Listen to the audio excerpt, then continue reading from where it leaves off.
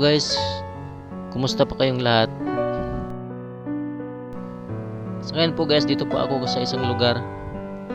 Sa isang lugar po to sa amin na tourist spot at dinadayo po ito ng ating mga kababayan. At ngayon guys, samahan niyo po akong silipin ang buong lugar na ito. Tara guys, samahan niyo ako.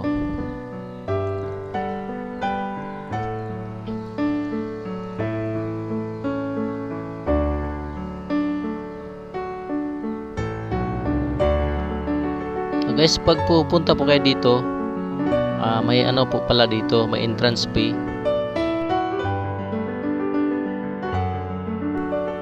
Bali ano lang po, 30 pesos lang. So kahit pag gusto na po kayo dito sa loob, kung anong gagawin nyo, may mga kubo-kubo din dito sa loob guys. Kung anong gawin nyo, nakaka-relax po dito. Yan o, ganda ng tanawin guys.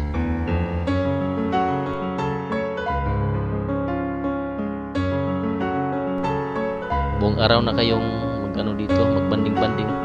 Mas maganda nga guys kung may kasama kayong pamilya, jowa o kaibigan. Yan, pwede kayo dito guys. Yan po, bali po yun. Yan po yung dalawa kong kasamahan guys. Mga kasama ko na masyal dito. Yan. Bali po, nandito po ako sa tuktok ngayon, sa bato. Yung ilalim po dito, bato po yung pinapatungan namin. Malaking bato po yan guys. Ayan.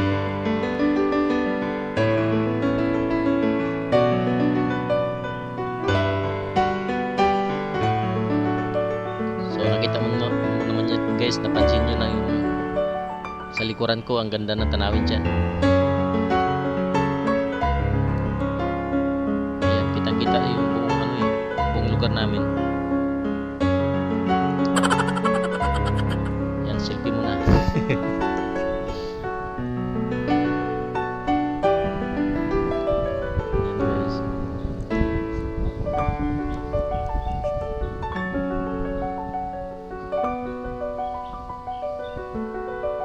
So kung napapansin nyo guys, medyo mainit po ngayon dyan.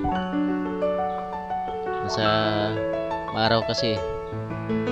Tagilid na yun.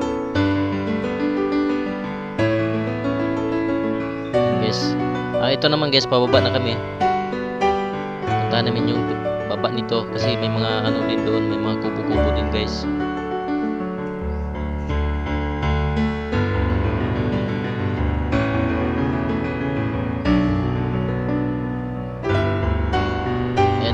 Ayan, saka meron pa dito upuan. Yan sa may puno na yan. Ganda rin yan.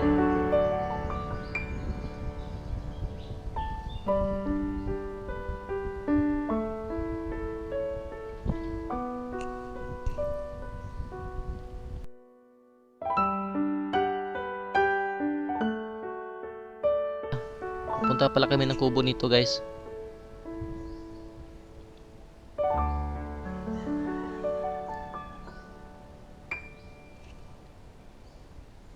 Ayan, nauna na yung dalawang kasamahan ko.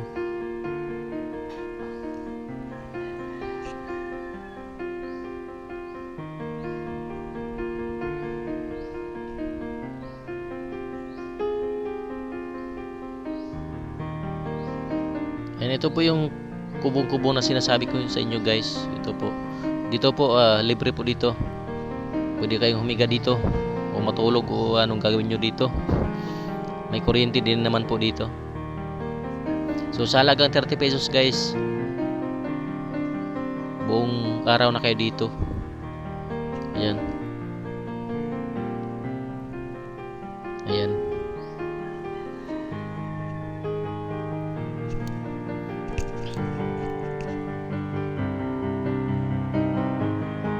Ayan, meron pa din doon sa baba oh. Hindi na nga ako pumunta doon. Ayan.